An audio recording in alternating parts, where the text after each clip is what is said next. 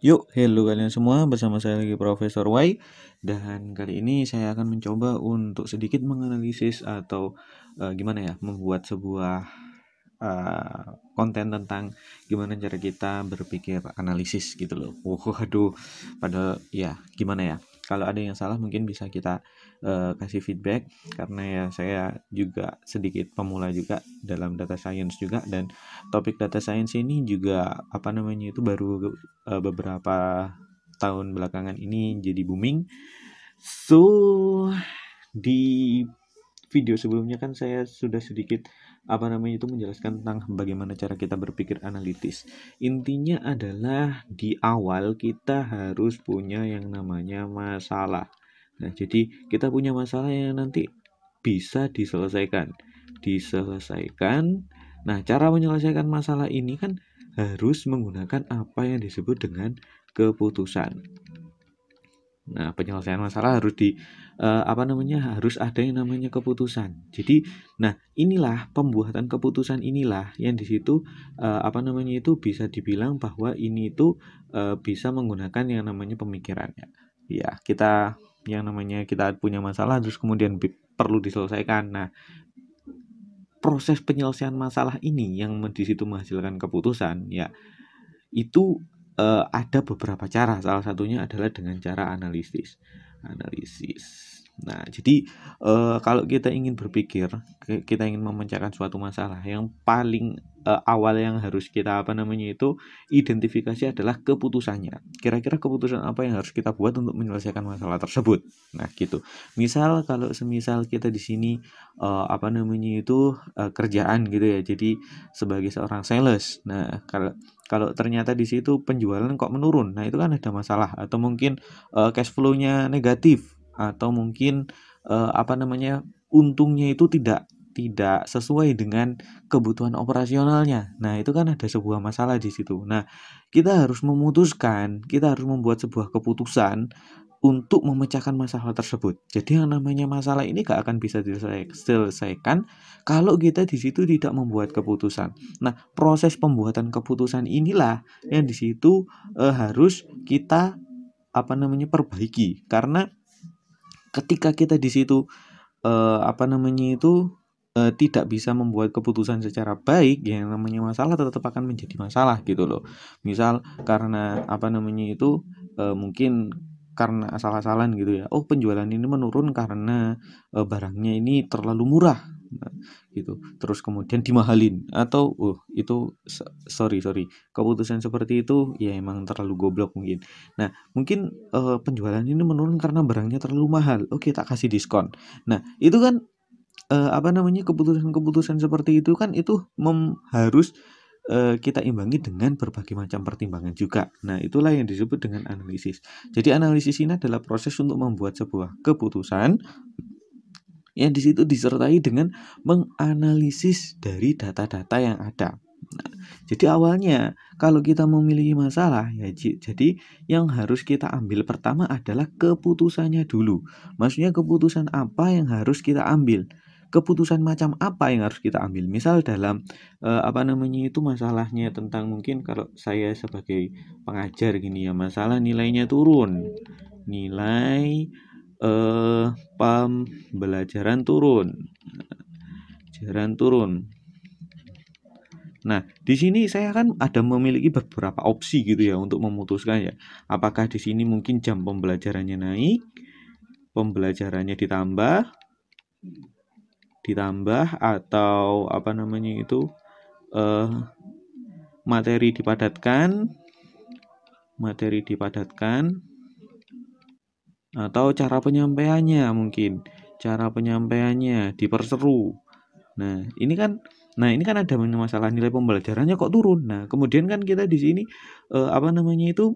ada berbagai macam cara untuk menyelesaikan masalah ini ya. Tentunya ada mungkin jam pembelajarannya ditambah, materi pelajarannya itu dipadatkan, atau cara penyampaiannya diubah. Nah, itu kan ada berbagai macam keputusan yang bisa digunakan untuk menyelesaikan masalah. Nah, sebelum kita mulai di tahap analisis ini, kita harus tahu keputusan apa yang bisa kita ambil sebelum kita mulai analisis gitu loh. Jadi jangan jangan kita analisis dulu baru kemudian membuat keputusan, tapi kita harus tahu jenis keputusan apa yang bisa dan yang bisa kita putuskan gitu loh. Jangan sampai di sini mungkin nilai pembelajarannya turun. Kita di sini keputusannya adalah mengubah kurikulum.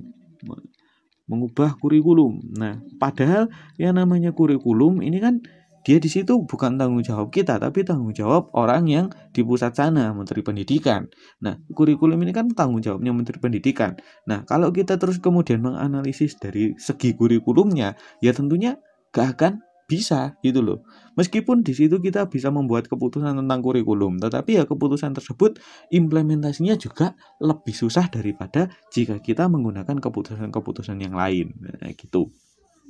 Jadi untuk pertama kali yang harus kita ambil adalah kira-kira keputusan apa yang akan kita ambil setelah kita di situ melakukan analisis. Nah, jadi jangan kita analisis dulu, tapi kita harus mengetahui masalah apa yang harus kita analisis dan kemudian keputusan apa yang akan kita buat setelah kita analisis tadi. Nah, baru setelah kita bisa menemukan keputusan, oh ternyata saya mungkin karena nilai pembelajaran turun, saya di sini berpikir bahwa mungkin saja materinya perlu dipadatkan. Jadi hal-hal yang di situ mungkin kurang penting tidak usah disampaikan. Nah, mungkin karena terlalu banyak materi sehingga murid-murid banyak yang lupa. Nah, berarti ya keputusannya adalah gimana caranya kita memadatkan materi. Setelah kita bisa mengambil mana yang harus kita putuskan, nah baru kemudian setelah itu kita pakai yang namanya data. Jadi yang namanya berpikir analitis ini adalah berpikir dengan menggunakan data. Nah, setelah materi dipadatkan, nah kita ambil data-data yang di situ diperlukan. Mungkin dari materi, mungkin karena materi saya materi produktif gitu ya. Ada beberapa hal yang mungkin hanya sebagai pengayaan aja dan malah membebani para siswa, sehingga itu gak perlu disampaikan. Nah, kita tahu ini gak perlu disampaikan dari mana? Ya dari data. Mungkin kita punya data soal dari tahun 2001 sampai tahun 2020, soal UN dari tahun 2001 sampai tahun 2020, kemudian kita analisis, yang pasti keluar itu materi A, B, C, D, E, F, G. Nah, setelah itu baru materi-materi ini baru bisa kita